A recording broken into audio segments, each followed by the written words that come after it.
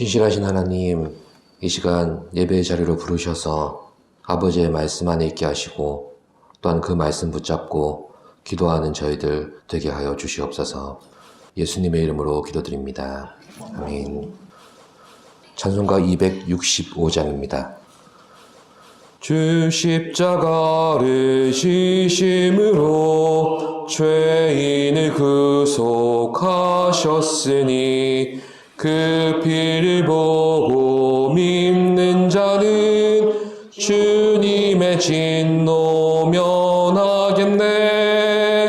내가 그 피를 유월절 그 양의 피를 볼 때에 내가 널 넘어서 가리라.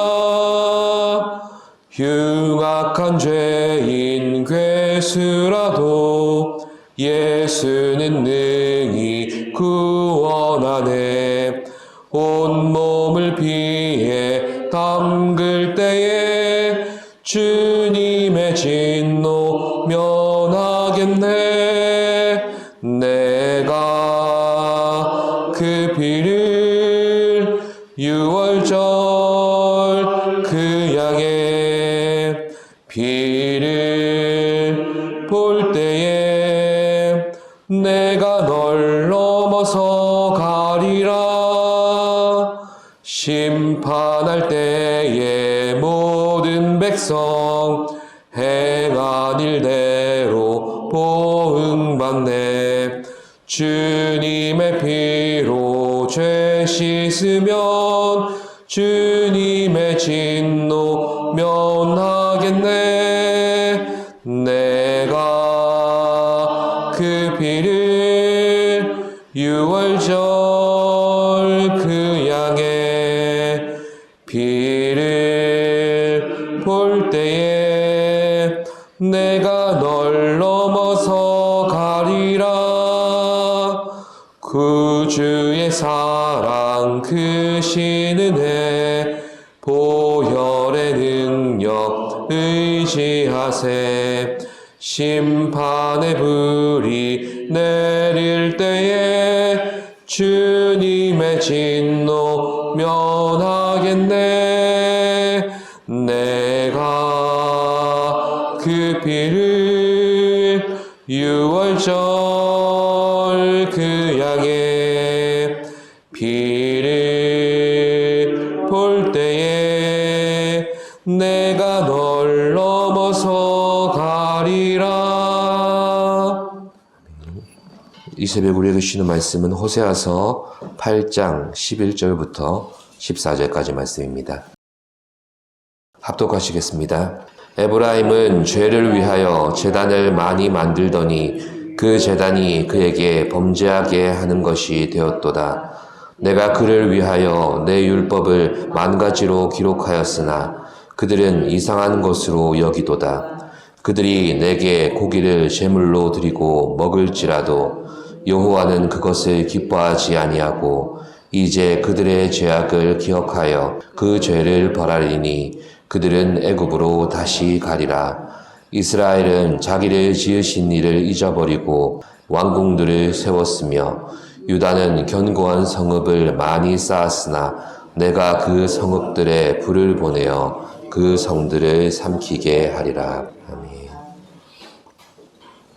지난 시간에는 사마리아의 송아지로 대변되는 북이스라엘의 자기중심적인 신앙의 결과가 하나님을 떠나 영적인 홀로서기를 추구했던 그들의 죄악임을 살펴보았습니다.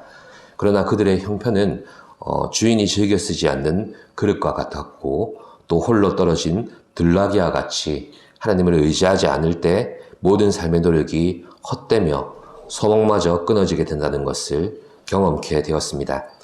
오늘 본문은 자기중심적인 신앙의 결과로 북이스라엘이 하나님의 규정하신 율법을 무시한 채 내 목적과 내 방식대로 제사를 드리는 모습을 진단하고 있습니다.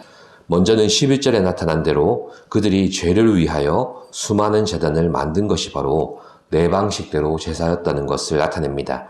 북이스라엘은 중앙성소인 예루살렘 성전이 없습니다. 이를 대체하기 위해서 만든 베델과 단의 제단에 금송아지 그 앞에서 제사를 드렸었습니다.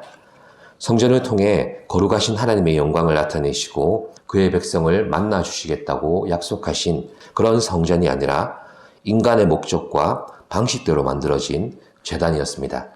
이런 처지에 있다 보니 북이스라엘 산지마다 고목 곁이나 또 높은 산 위에 세워진 산당들에서 하나님께 제사하도록 허용되었던 것입니다.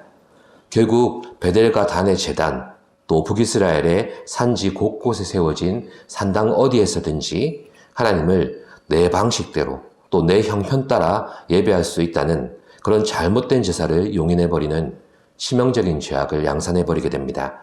그러니 그들이 만들어 놓은 제단과 산당들이 늘어나면 늘어날수록 하나님을 찾는 상한 심령의 제사가 아니라 죄를 짓는데 거칠 것이 없도록 부추기는 제사만 늘어날 뿐이었습니다. 물론 산당이라고 해서 무조건 나쁜 것은 아닙니다. 사무엘도 산당에서 제사 드렸고 솔로몬도 그 유명한 일천번제를 기브온 산당에서 드렸습니다. 그런데 문제는 이 산당에서 드려지는 제사의 성격이 감사나 서원에 대한 그런 제사일 수는 있어도 속죄의 제사는 아니라는 점입니다. 제가 이렇게 헌신하겠으니 응답하여 주시옵소서. 또 곡식과 새 포도주가 창고에 가득하게 해주셔서 감사합니다. 이런 고백은 있을지언정 저는 죄인입니다. 제 죄를 사하여 주시고 거룩하게 살게 하여 주시옵소서. 이런 자복과 회개의 제사는 결코 들어질 수 없는 곳이 바로 산당입니다.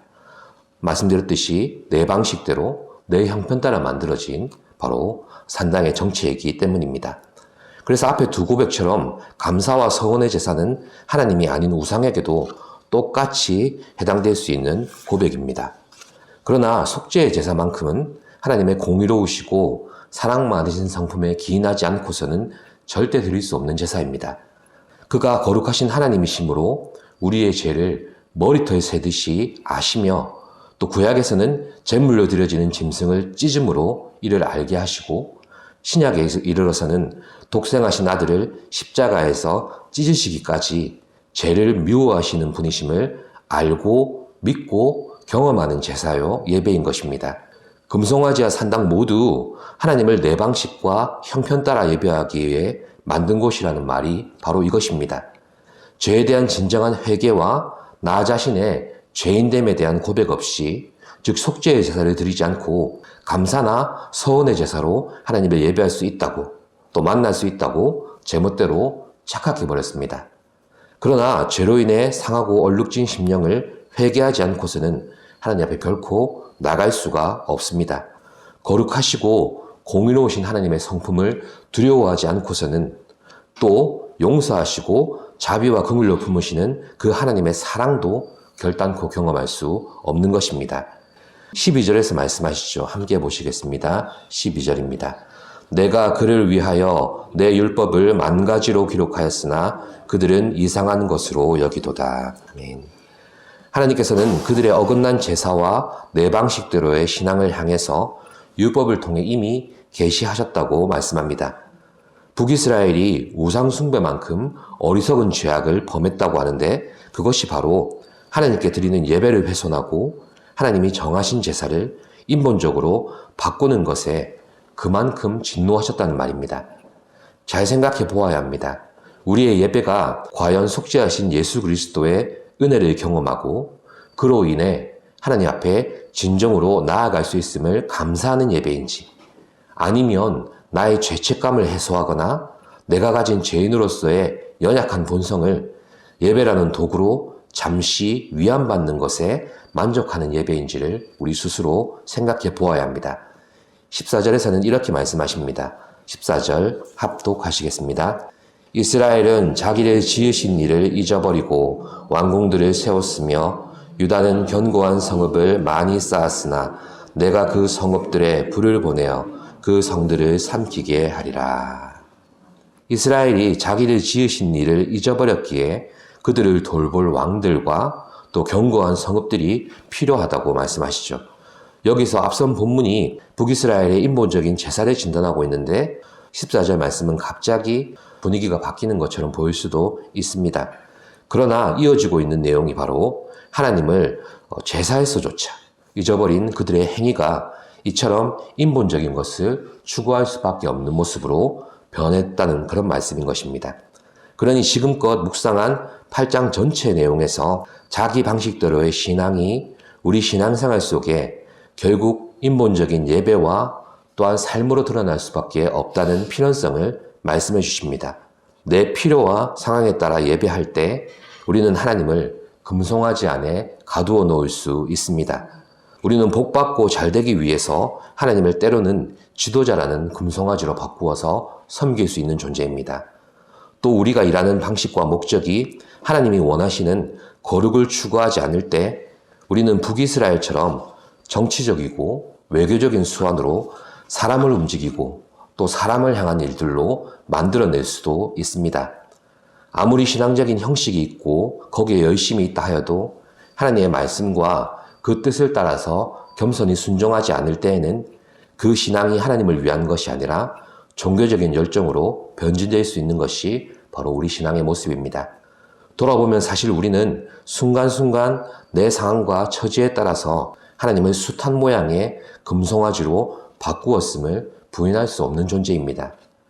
예배조차도 우리를 용서하시고 구원하신 그리스도의 피 흘림을 의지하는 것보다 먼저 폭죽을 터뜨리거나 샴페인 뚜껑을 따듯이 신앙의 기쁨이나 평안, 만족이나 행복 이것을 먼저 말하고 추구하고 있는지도 모릅니다. 히브리서 9장 22절에서는 말씀합니다. 피 흘림이 없이는 삶도 없는 것입니다.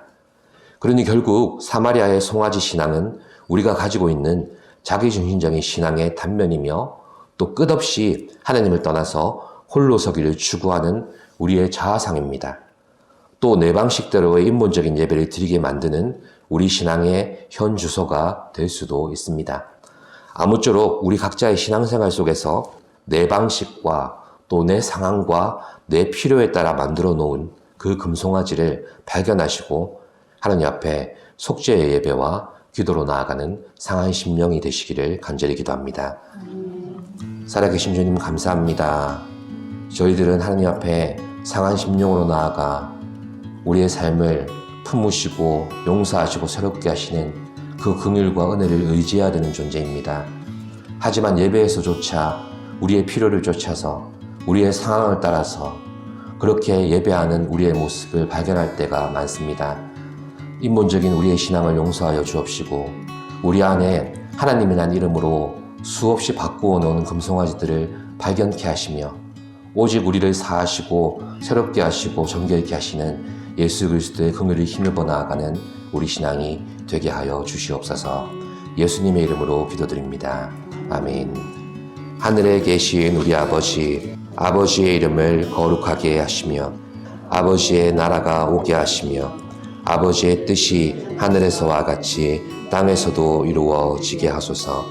오늘 우리에게 일용할 양식을 주시고 우리가 우리에게 잘못한 사람을 용서하여 준 것 같이 우리 죄를 용서하여 주시고 우리를 시험에 빠지지 않게 하시고 악에서 구하소서. 나라와 권능과 영광이 영원히 아버지의 것입니다. 아멘.